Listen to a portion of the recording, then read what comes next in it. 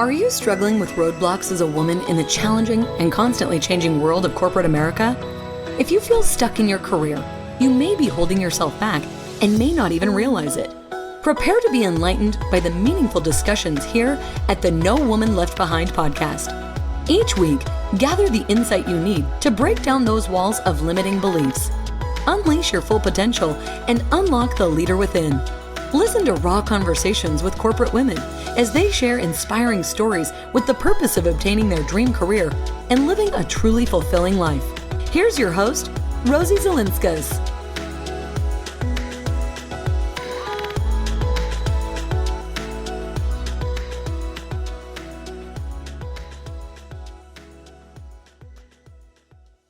Hey everyone, welcome back to the No Woman Left Behind podcast show. I'm Rosie Zilinskas, your podcast host. Today we're going to be focusing on shame from the perspective of your career. I invited Kristin Sparks to talk to us about shame.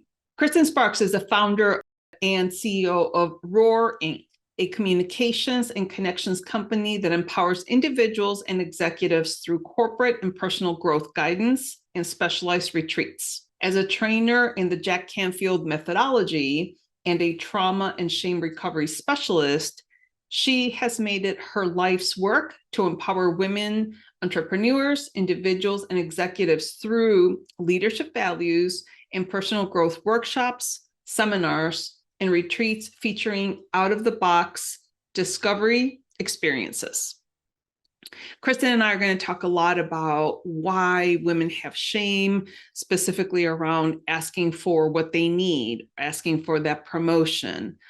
And it's very interesting how shame pops up in your life. So with that, stay tuned for my conversation with Kristin Sparks. Hey everyone, before we go into today's episode, I want to remind you that if you go on the No Woman Left Behind .com website, you can take a quiz. If you go midway through the first page, you can see a section that says, let's find out where you are in your career. And this is where you click on the radio button to take the quiz. Our quiz is going to be there to help you identify how you may be holding yourself back in your career, and you may not even know it. It's going to give you one of 3 blockers, and it will help you identify what you need to focus on so that you can advance in your career. So again, go to nowomanleftbehind.com to take the free quiz. Kristin, thank you so much for being on the No Woman Left Behind podcast show. I know we recently had a conversation and you're very familiar with shame. And the one question that I want to start with is, how does shame stop women from advancing in their careers? Rosie, thank you so much for having me. It's such a pleasure to be here today. And, that is such an important question.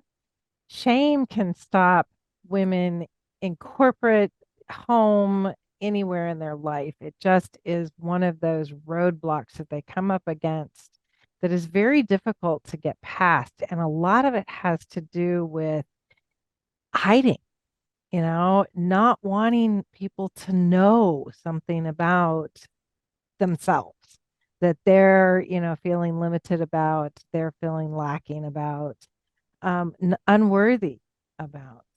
And so really what they have to do is take a moment, take a breath, and then find someone who's safe, that they can express what it is that they're feeling shameful about and bring it into the light.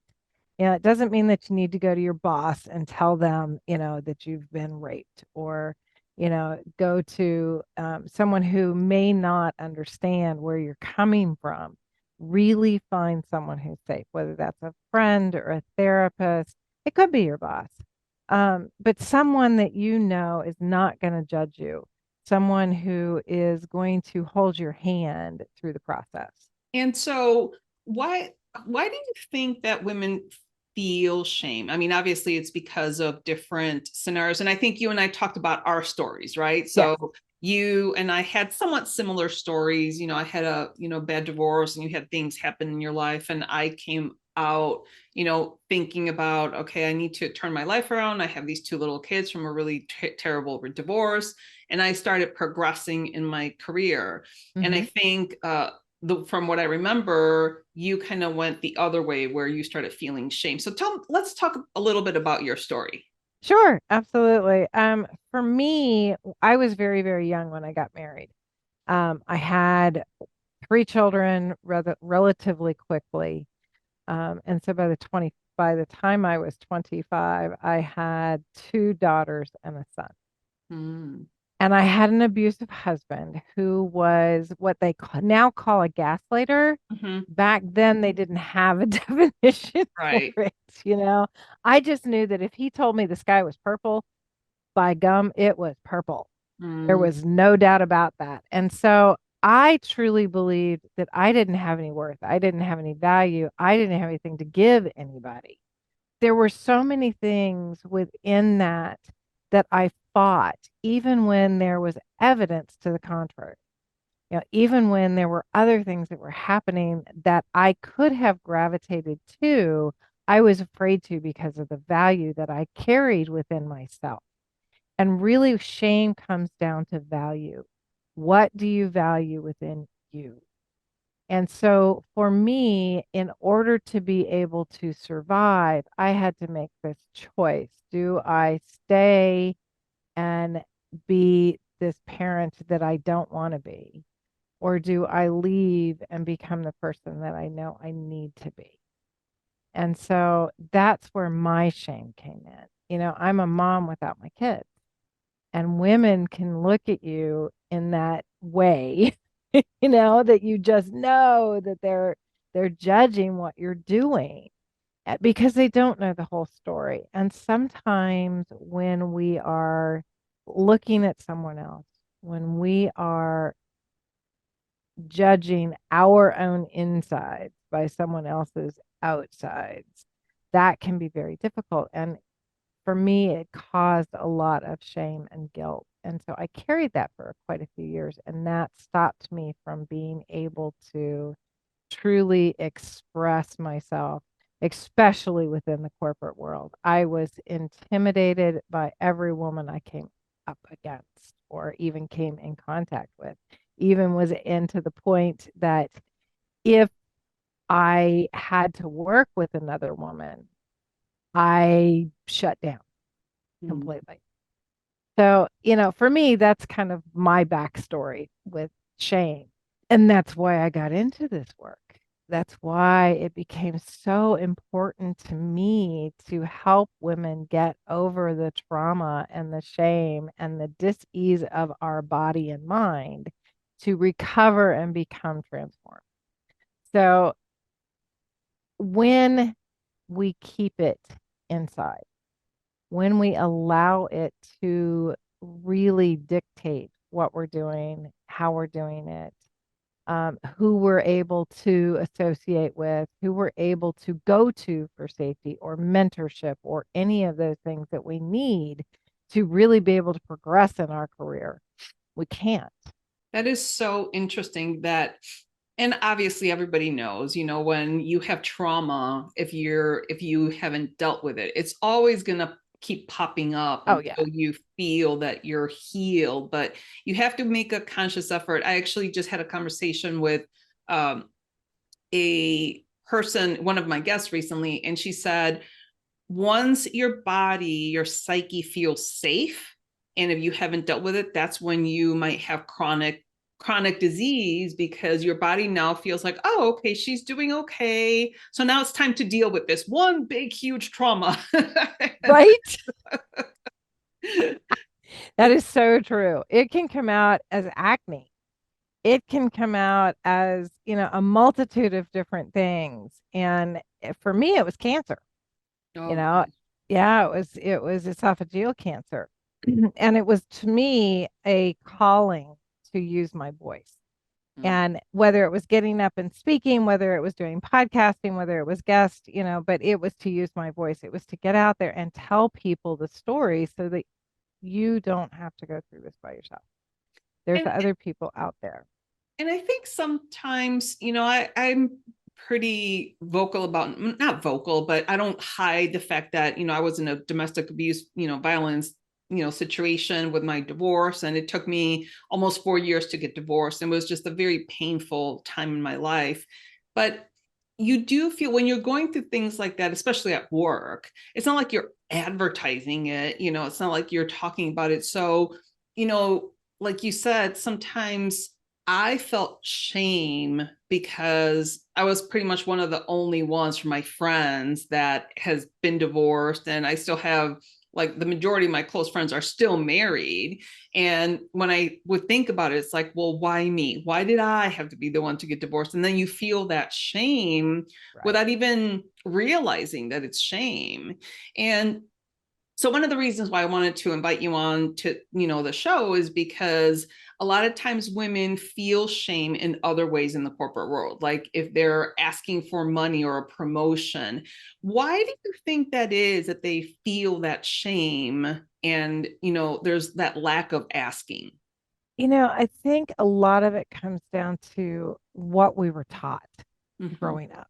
If we were in different scenarios, situations like mothers who stayed at home and did not go to work, that gave you one idea of what money was like. You had someone else that was bringing in the funds, and then the mom is taking care of the household. And it depends on how that's handled. So that leaves something. Culturally, it can be difficult. Women are supposed to be subservient to men in some cultures. So there's a lot of different aspects of that. And we have to learn to heal whatever that story is that we're telling ourselves. Because really, no matter whether it's cultural, whether you saw it growing up, it's still a story that you're telling yourself in your head. And so if we can change that story, then we can go in and face the fear and get past that. But we have to change the story first. And changing that story takes time. That changing that story takes intention, whether you go seek a therapist or you go seek a career coach. It's interesting because I do career coaching, and more often than not, I think the one thing that my clients need is encouragement. Yes. They need encouragement, and they need to know that I believe in them so that they can believe in themselves. And I think some of that has to do with that shame component, is that like, whatever situations, whatever life experiences you went through in your life are showing up in your corporate life now, and it's preventing you from going to that next step.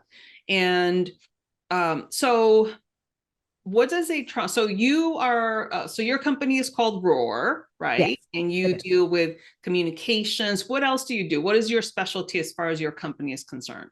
Our specialty is really bringing in the factor of joy and love and grace. And we do programs around that.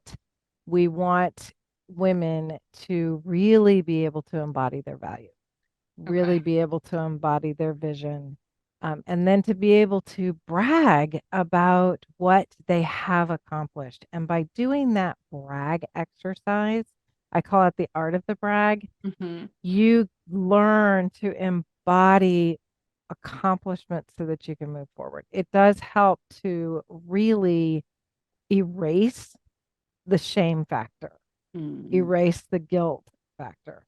The trauma's there. We all have our challenges that we go through. We all have been through a multitude of things. It's just a matter of reframing the story so that you can envision and have the life that you want. Just as I do it, career coaching, we are working with women who want to move forward. They're willing to do the work that needs to be done, or they wouldn't come and talk to us in the first place. But there are so many women that are out there that are still hiding. They're still ashamed. And that's what these podcasts are so great at doing, is getting to those women who are still out there that need to know they're not alone.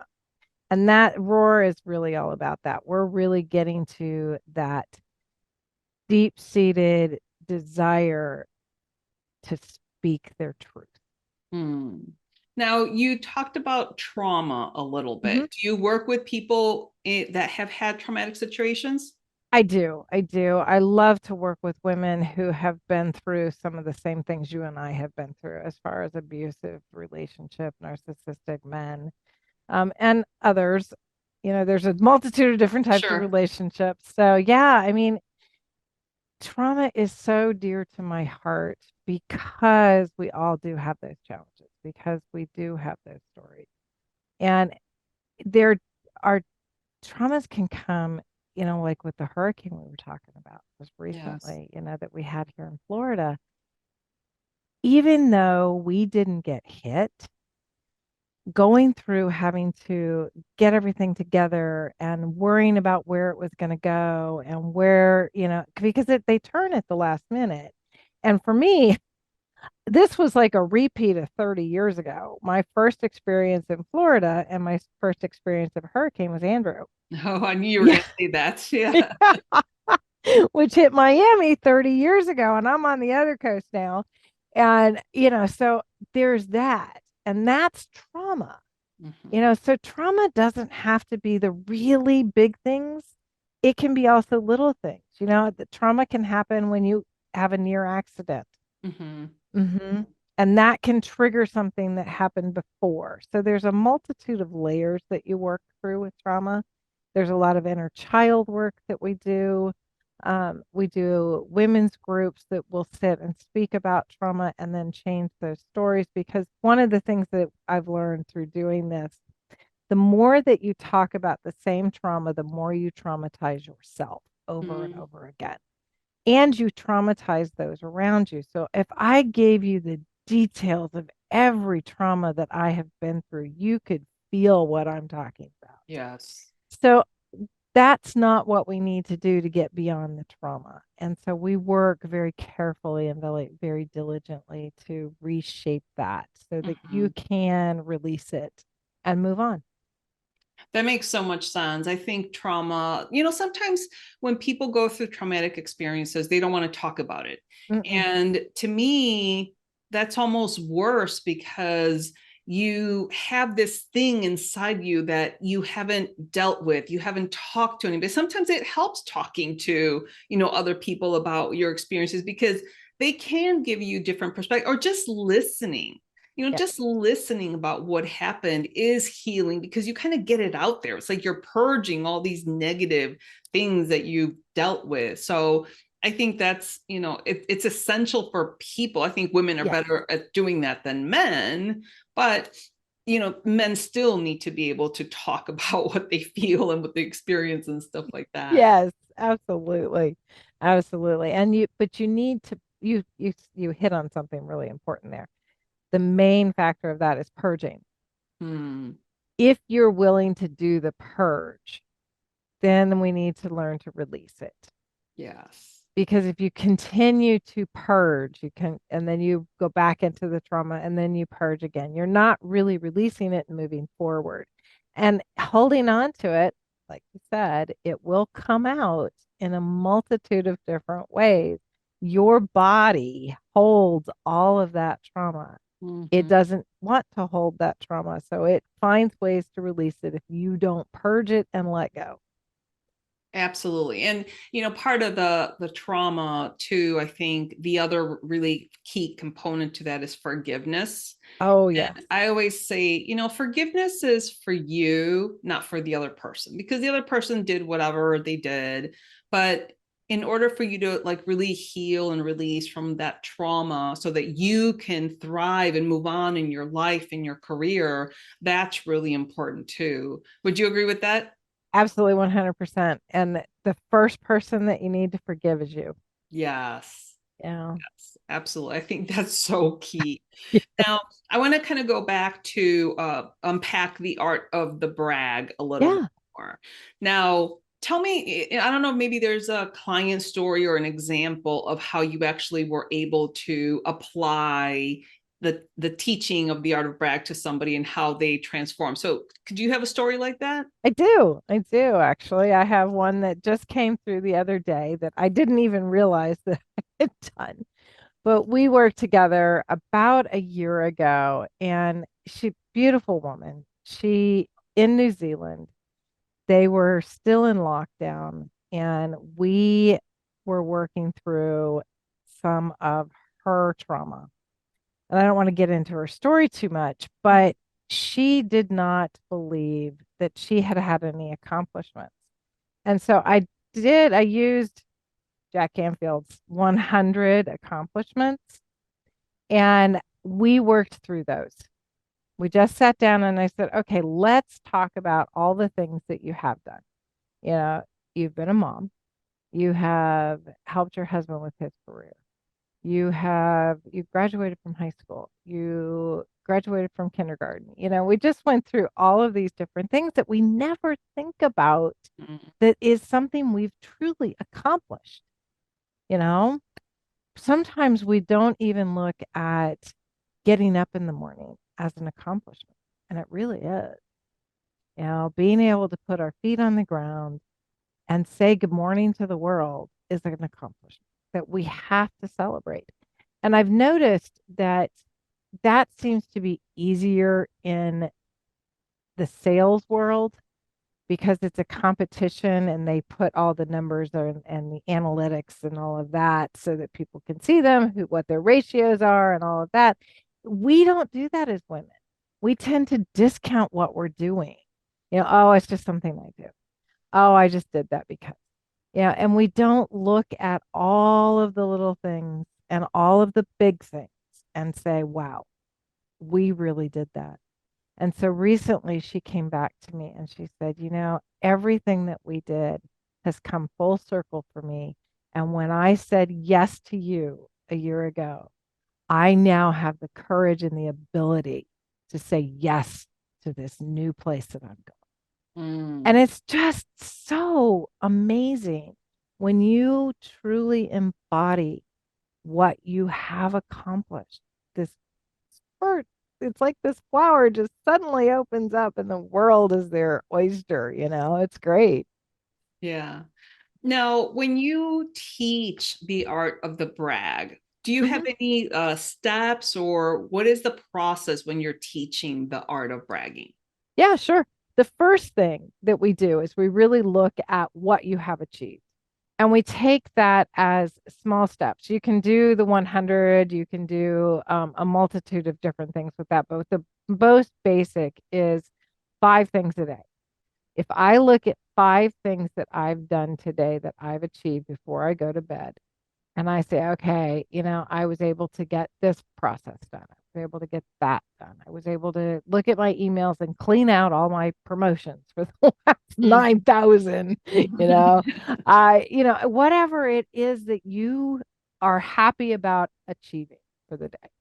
And then at the end of the day, going to the mirror and looking at yourself and saying, Kristin, I am so proud of you for what you've accomplished today. You did 1, 2, 3, 4, and 5. Wow. What a great day. And that for 21 days changes everything. You suddenly start to see yourself as an accomplishment instead of just, oh, I just did that because I had to. Oh my. And that's a basic art of the brag. Yeah, and actually that seems pretty easy, pretty easy to just recall 5 things that you accomplished. I think it's similar when you're so I do a journal, and then I do like the 5 things that I'm grateful for. And sometimes they're big things. Sometimes it's just like, oh, I'm grateful for my coffee. I'm grateful for my dog cuddling on my lap, that kind of thing. So yeah, but I think especially in the corporate world, I think women are not as good about delineating what they have accomplished, whereas men, I think, just naturally say, oh, I've done this and this and this and this, and that's why I deserve the raise and the promotion. And women are not nearly as good because maybe they have that guilt or that shame, or that lack of ability of articulating their worth. So if you were to work with someone that has that situation, let's call it, where they're not able to articulate their worth at work, what are some of the, besides the art of brag, what are some of the other recommendations that you can give them to get through that barrier? Well, number one, I think gratitude is huge and important. Number two, the forgiveness piece and forgiving yourself. You truly, if you can use that same mirror type exercise in forgiving yourself every day. I want everyone to understand that there is nothing that has happened in your life or that you have done that is worth being ashamed for. Mm. If we bring shame into the light, as Brene Brown says, yes, it can no longer live. And that is truly what I work for. So looking at what we think we have done that is so awful, putting it on paper, putting it on note cards, whatever it is that you need to do, but really bringing it out. You can even video yourself. You don't have to share it, but put it out there because you've got to speak it. You've got to speak it to release it. Mm. That's the biggest piece of it. So gratitude, forgiveness, and speaking. Mm. Those are the three things that I would say are the most important pieces of this. In the speaking, it is so simple, and like you said, you don't have to speak it to anybody. You know, just as long as you're home by yourself and you just speak whatever is in your heart, and you release that shame and whatnot. But at the same time, once you're able to do that, that's when you start working on identifying your accomplishments, identifying what you're good at, and then the biggest thing is, what do you want? What Right. do you want in life? And then in your corporate world too, what is it that you're seeking? Do you do anything like that with your clients as far as, okay, now that you've released the shame and that you're healed, what are some next steps that you work with your clients on? Well, one of our programs is called Love, and it's letting our values. So we work on values, our visions, we work on visioning. We have to know what our values are to be able to vision the life that we want. And then we work on our victories. So we embody that art of the brag in order to use our voice. And so it's letting our values, victories, and our values, visions, and victories elevate our voice. Oh, yeah. So using our voice can be in a multitude of different ways. We can use it through art. We can use it through speaking. We can use it through going and asking for the raise. mm-hmm. It's being able to allow yourself to love yourself, to bring forth who you are and your value. That's so key. Now, you also talked a little bit about, well, I wanted to ask you, you're the CEO of ROAR, and Yeah. ROAR is WRAR. So obviously not roar as in the lion roaring, but how did you come up with your name for your company? Well, it is an acronym for Women Real and Raw. I like that. Yeah. I like that a lot. And how did you come up with that? Honestly, it just came to me when I was going through my recovery from the esophageal cancer surgery. It kept this voice. You've got to use your voice. You've got to get out there and roar. How loud is your roar? And so for me, I didn't want to use ROAR because a friend of mine uses that, and that's the name of her company. So I went, okay. Well, then suddenly this Women Real and Raw came to me, and I'm like, oh, this is perfect. And then I wrote it, and it's like, oh my goodness, that means roar. That if you say it, it's roar. Yeah. So there it is. That's where and how it came to me. I love it. So I know you work with individuals, executives, and entrepreneurs. Yes. Is there any one type of workshop that you do that is like really a huge hit and success when it comes to having women discover their worth or being able to elevate themselves? Yeah, sure. My love program, which comes out in March, and then later on this year, we're going to be doing the I Do Me program. which is all about releasing that doubt around yourself so that you can truly embody who you are. And then Joy in the Quagmire is also another one of our programs that we do. And it is more of a workshop style. And it is really being able to find joy no matter what the situation is. There is joy in it, even if it's the last moment of someone's life here. Yeah. Have Yeah. you heard of a book by Michael Singer called The Untethered Soul? Oh, yes. Yeah, love that I book. figured you would. So the Yes. untethered soul is basically what you just said, that, you know, you accept whatever is, whether it's, you know, a terrible job or an illness or a divorce or whatever. Right. And when you accept it, and you're not like fighting, you know, the whole like why, it's just, it brings peace to yourself, you know, it brings peace, and it's just okay.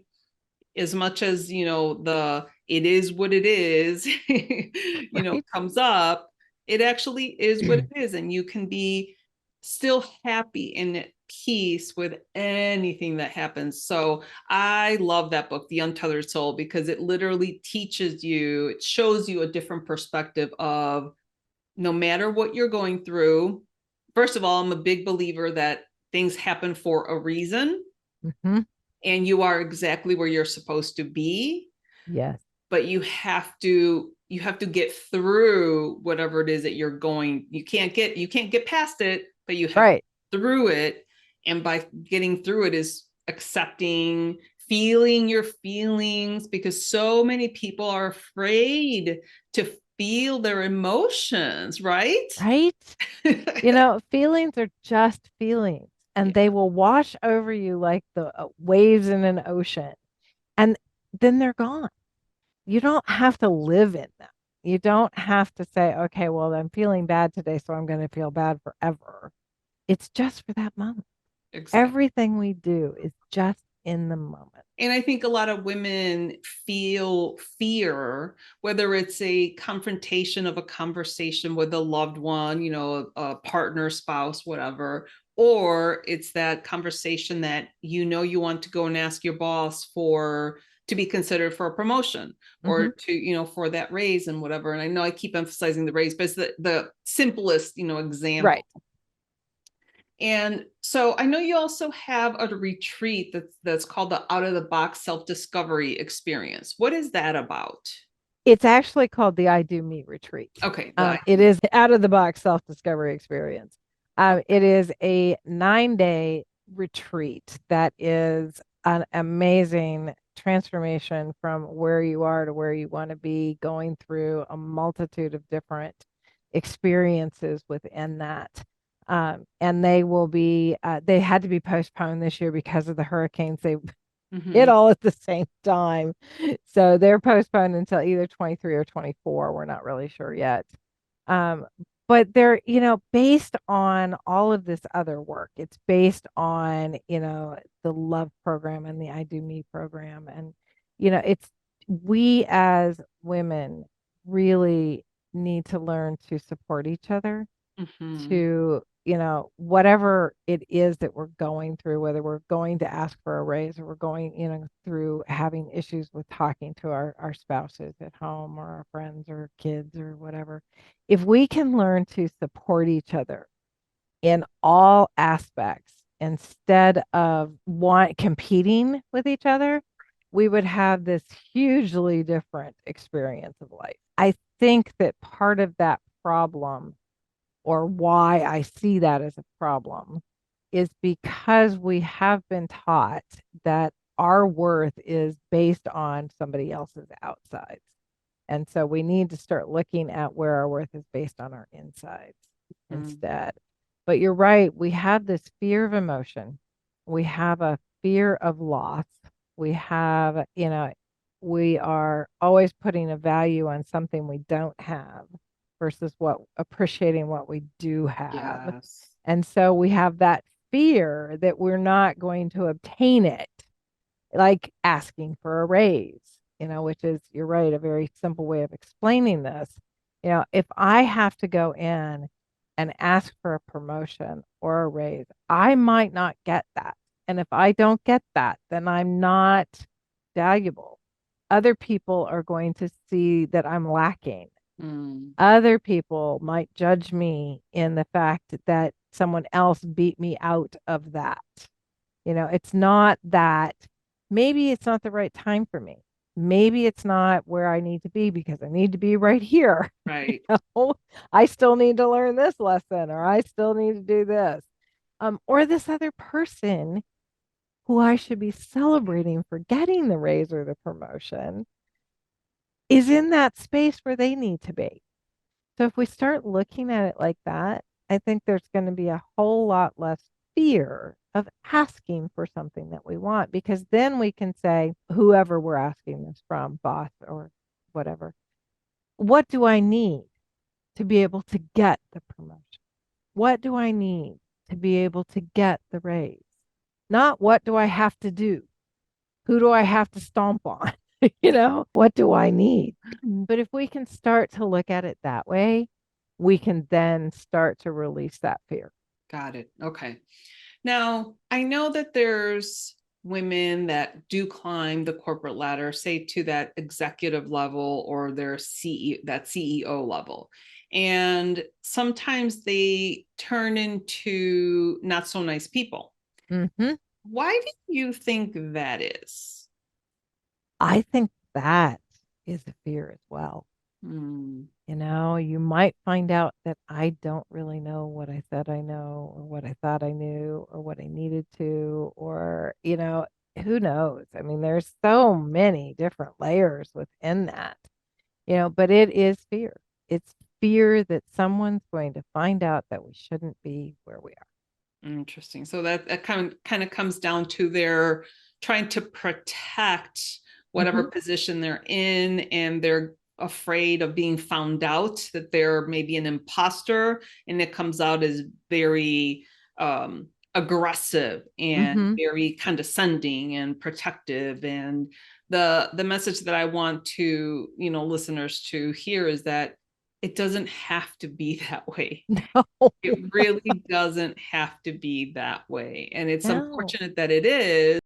But if you're in a situation where, I have an example. I was talking to one of my clients a couple of weeks ago, and she was saying that her boss was talking to her and kind of telling her that she needed to do whatever, transaction. She's a computer programmer, and she needed to do X, Y, or Z better. And I told her, I said, I get it. She's newer to the company, and I get it that, he's making sure that she does her work, but the way he's doing it is just so condescending and so awful. And I told her, I said, you don't have to take that. You can tell him, I don't appreciate you speaking to me that way. I expect you to talk to me with respect, because he can tell you the same information in a respectful way. And she was like, oh my God, can I do that? I said, yes, you can do that. You should expect respect. And she said, well, thank you for encouraging me, because she said, without your words, I wouldn't know, that I could do that. We truly don't give ourselves permission to say, hey, you know what? I don't like that. Yes. We really don't. Women have a very difficult time expressing that small piece. I don't like that. I don't deserve that. Exactly. I don't need you to speak with me that way. Right. I'd happily do whatever it is that I need to do. But yeah, speaking to me is not in that condescending manner is not going to work. I think if people would start with kindness always first, there would be a tremendous shift in the way that we communicate with each other. People that I have worked with, both men and women, learning to be kind is not an easy task. And it's that competition piece. Everything is a competition. If I do not achieve greatness, then I have not achieved everything that, I should have achieved. And then I am that imposter. Interesting. Yeah. I like that. I mean, it seems so simple, right? To just start everything with kindness. You just be kind. So it's just, Honestly, Rosie, life is simple. yeah, I It agree.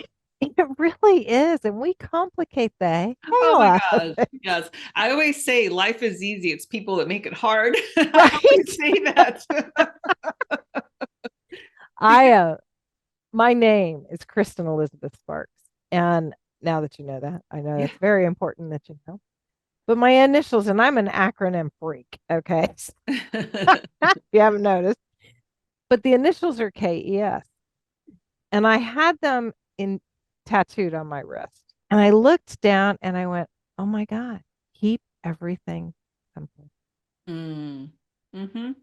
That's what it is. That is life. Keep everything simple and start with kindness.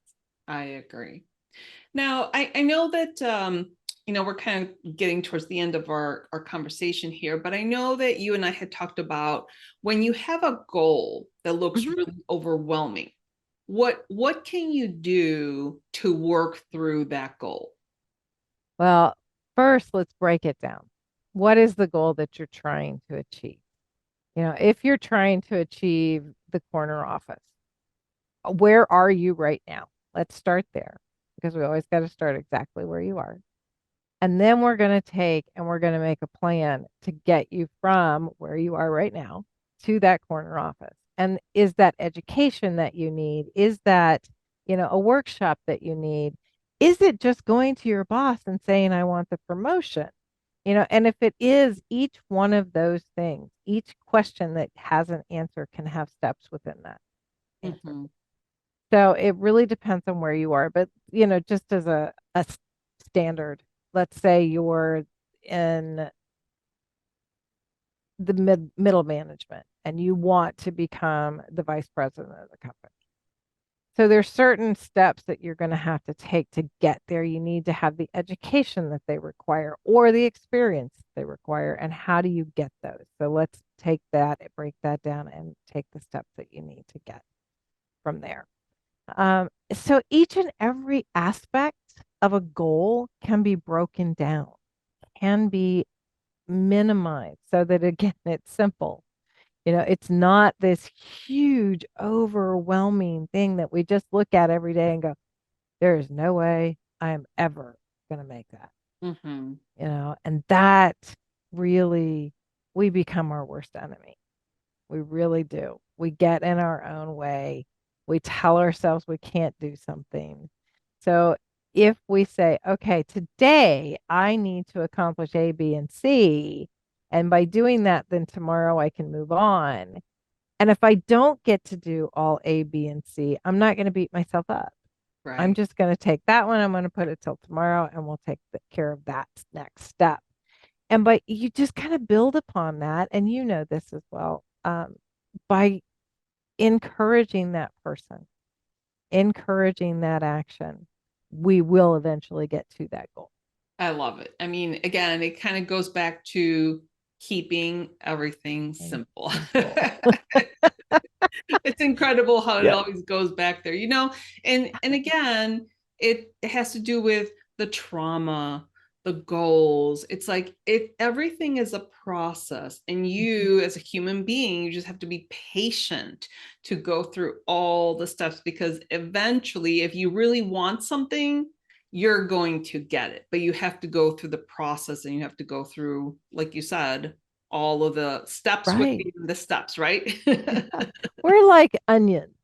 We Yes. get a layer off and there's another layer. And then we get another layer off and there's another layer. And we finally get to the center and we look over on the counter and there's a whole bag of Oh gosh. I hadn't thought about that. I was like, holy cow, but you're right. You're right. Because them. I think what kind of comes to mind is, for example, I have two children. My son is 24, my daughter's 21.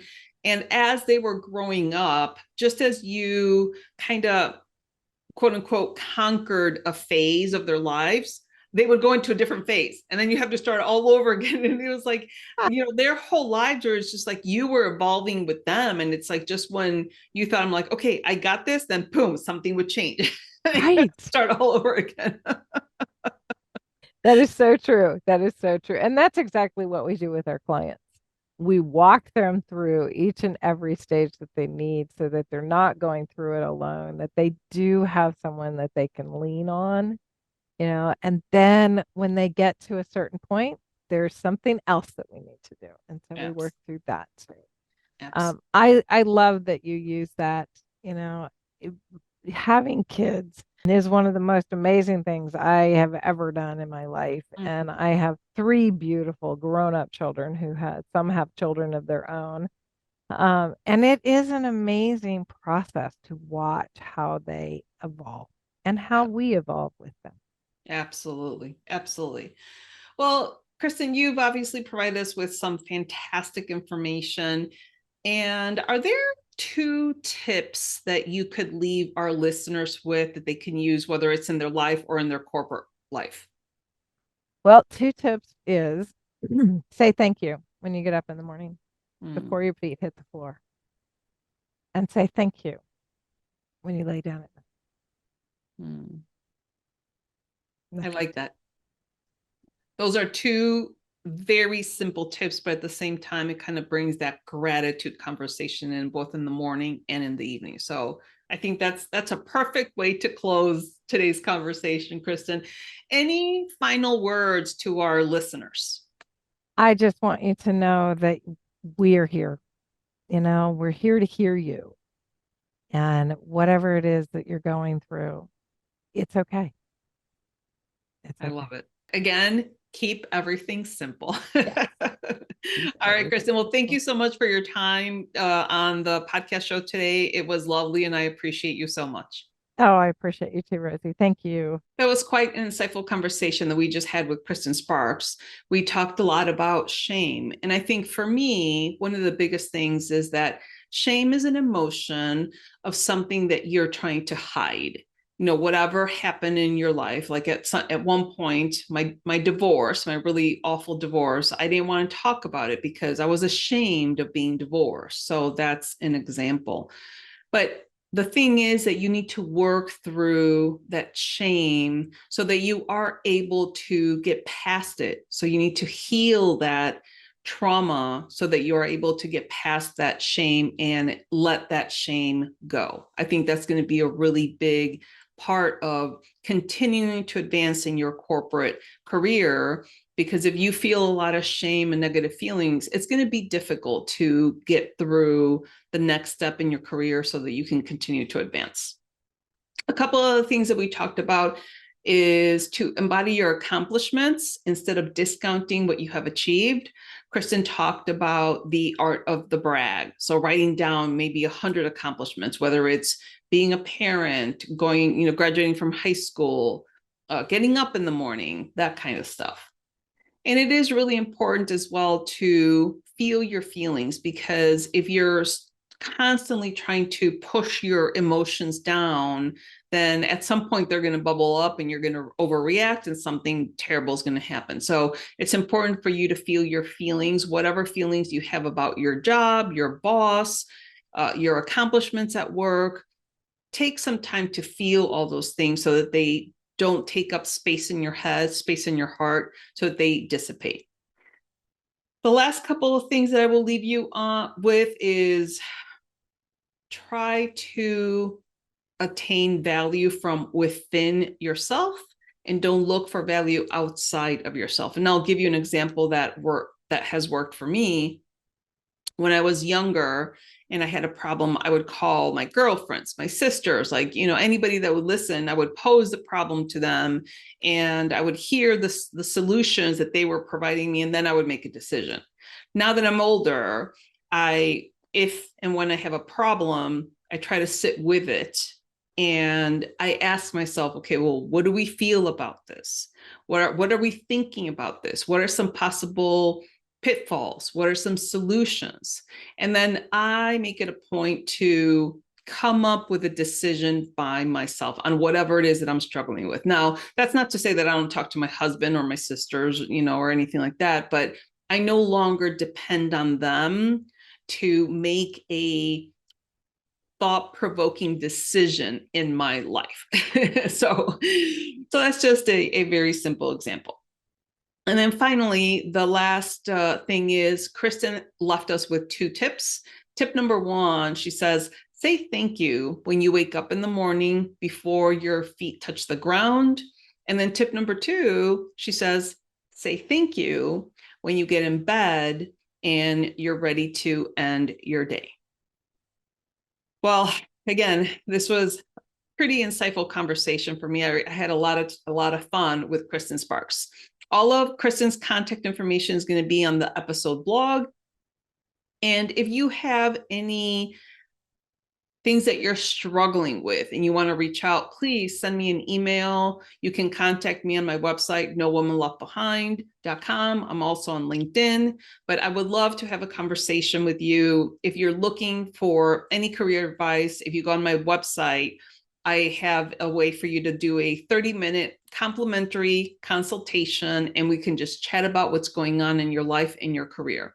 I also have a corporate kickstart course where I talk about the focus strategy and the parts of, focus strategy and starting to get your career off the ground. And finally, I do have a quiz that you can take. It'll give you a little bit of an insight on where you are in your career. Thank you for listening to this episode. Let these stories of self-encouragement and professional development serve as a guide in navigating through corporate America in the most practical and fulfilling way possible. Do not forget to subscribe to the show at nowomanleftbehind.com for more content like this. Leave a rating and share it with your friends because we want to make sure that no woman is left behind. Until I see you next time, remember to be brave, be bold, and take action.